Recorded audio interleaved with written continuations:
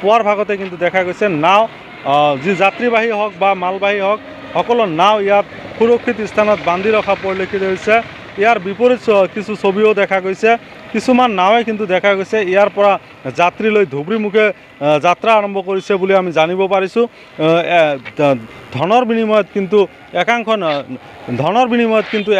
একাংশ যাত্ৰীৰ পৰা 300 বা 500 টকা লৈ ধুবুৰীলৈ লৈ যোৱাৰ কথাও আমি জানিব পাৰিছোঁ। কাৰণ যিহেতু দুদিনীয়া বন্ধ দিছে প্ৰশাসনে, যিহেতু ৰিমাল, সেই ৰিমালৰ ভয়াৱহতাৰ প্ৰতি লক্ষ্য ৰাখি কিন্তু প্ৰশাসনে এই ব্যৱস্থা গ্ৰহণ কৰিছে। কিন্তু প্ৰশাসনৰ ব্যৱস্থাক যেন বুঢ়া আঙুলি দেখুৱাই একাংশ নাও চালকে মানুহৰ জীৱনৰ প্ৰতি হেতালি খেলি ইয়াৰ পৰা ধুবুৰীলৈ ইতিমধ্যে ৰাওনা হৈছে। আমি ইয়াত ৰাইজ আছে, আমি কথা পাতিম। দেখা গৈছে যোৱাকালি প্ৰশাসনৰ ফালৰ পৰা ৰিমালছৰ বাবে সতৰ্কবাণী জাৰি কৰিছে। ৰিমালৰ প্ৰভাৱ পৰিছে নেকি? ঘূৰ্ণীবতাহৰ প্ৰভাৱ পৰিছে না? আজি দেখা গৈছে নাও চলাচল বন্ধ নকৰি, কি ক'ব? তো এইটো ভালে হৈছে, যিহেতু আজি বতৰ বেয়া হোৱাৰ কাৰণে মানে পৰিস্থিতি বেয়া হ'ব পাৰে, সেইকাৰণে এইটো ভালে হৈছে আৰু অধিক ভয়াৱহ হ'ব পাৰে। এনেদৰে দেখা গৈছে যি ৰিমালৰ প্ৰভাৱ কিন্তু পৰা পৰিলক্ষিত হৈছে। হয়তো আমি কালি ৰাতি নটিচ পালোঁ, প্ৰায় ডিজাষ্টাৰ মেনেজমেণ্ট ডিপাৰ্টমেণ্টৰ পৰা আমি নিৰ্দেশনা পালোঁ। প্ৰায় কালি ৰাতিৰ পৰা আমি কামত লাগি গৈছোঁ আৰু সুৰক্ষাৰ কাৰণে গভমেণ্ট প্ৰপাৰ্টি যাতে ছেভ কৰিব পাৰি আৰু যিকোনো ধৰণে তাৰ কাৰণে আমি প্ৰস্তুত হৈ আছোঁ। এতিয়া আমি লাগি আছোঁ এইবোৰ কামতে। কেইটা ঘাটত কিমানখন ফেৰী আপোনালোকৰ স্তব্ধ হৈছে? ইয়াত আমাৰ 4টা ঘাট আছে। 4টা ঘাটত ট্ৰিপবোৰ বন্ধ কৰি ৰখা হৈছে ৰাতিপুৱাৰ পৰা, আৰু প্ৰত্যেকেই নিজৰ কামত ব্যস্ত হৈ আছে। কিমানখন জাহাজ আমাৰ চলাচল কৰা ট্ৰিপ আমাৰ মধ্যমখণ্ড ঘাটৰ পৰা 13টা trip up down, 26 trip up down হয়। ঠিক তেনেকৈ ৰজাদুৱাৰ মাজিয়াওৰ আছে 17টা ট্ৰিপ তেওঁলোকৰ। এই ধৰণে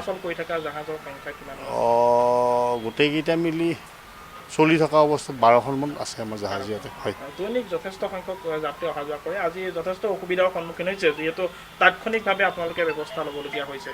হয়, এইটো আমি অসুবিধা তেখেতসকলৰ নিশ্চয় হৈছে, কাৰণ ফেৰীৰ ওপৰত নিৰ্ভৰ কৰি বহুত মানুহ অহা যোৱা কৰি চলি আছে। আমি দেখা মতে সেই তেখেতসকলৰ যথেষ্ট অসুবিধা হৈছে, কিন্তু আমি উপায় নাই আৰু চৰকাৰী নিৰ্দেশনা মানি আমি তাৰ কাৰণে যি ধৰণৰ যাৱতীয় ব্যৱস্থা গ্ৰহণ কৰি আছোঁ। আহ্বান কি জনাব যিসকল যাত্ৰী আছে তেওঁলোকক? কাইলৈ হয়তো কিছু সংখ্যক যাত্ৰী আহিবও পাৰে পুৱাতে, গতিকে প্ৰতিদিন টাইমত দৰ্শকসকলক হয়, তেখেতসকলক মই ক'ম যে মিডিয়া বা তেনেধৰণৰ বাতৰিবোৰ তেখেতসকলে যাতে সংগ্ৰহ কৰি থাকে। যদি হঠাৎ খোলাও হৈ যায় তেখেতসকলে নিশ্চয় গম পাব, আৰু যদি বন্ধও হৈ যায় তেখেতসকলে গম পাব। গতিকে বাতৰিৰ ওপৰত নিৰ্ভৰ কৰিব লাগিব। আমিও মানে ব্যক্তিগতভাৱে আমি সহায় কৰি আছোঁ, বহুতে ফোন কৰি আছে আমালৈ, আমি এনেধৰণে সহায় কৰি আছোঁ পেচেঞ্জাৰখিনিক। আৰু এটা কথা সুধিছোঁ, যদি কোনো ক্ষেত্ৰত যদি অতি যদি পৰিস্থিতি যদি বিষম হয়, গতিকে বা যদি ব্ৰহ্মপুত্ৰৰ ক্ষেত্ৰত কিছু প্ৰভাৱ পৰে বা অসমৰ ক্ষেত্ৰত প্ৰভাৱ পৰে, তেন্তে সময়সীমা হয়তো নিশ্চয় বৃদ্ধি কৰাৰো সিদ্ধান্ত হয়তো ল'ব পাৰে। হয়তো হ'ব পাৰে, এইটো আমি এতিয়া বৰ্তমান ক'ব নোৱাৰিম। আমি 2 দিনৰ কাৰণে প্ৰস্তুত হৈছোঁ, যিকোনো ধৰণে আমি চাই আছোঁ, চেষ্টা কৰি ভাল কৰাৰ কাৰণে, যাতে বস্তুখিনি আমাৰ চৰকাৰী সম্পত্তি যিখিনি আছে আমি ৰক্ষা কৰিব পাৰোঁ। তাৰ কাৰণে আমি যথেষ্ট কষ্ট কৰি আছোঁ। আমি জাহাজবোৰ বান্ধা চাঠা আদি ইফালৰ পৰা সিফালে নিয়া, য'ত বেছি জাহাজ আছে কম ঠাইত আমি লৈ গৈছোঁ, যাতে বেছি বহলকৈ নাথাকে। যিহেতু পানীৰ লেয়াৰটো ইয়াত বেয়া, আপোনালোকে দেখাই পাইছে, ইয়াত বালি যথেষ্ট বেছি আছে, আমাৰ পানীৰ লেয়াৰ কম আছে। ইয়াতে 1.5 ফুট 2 ফুট পানী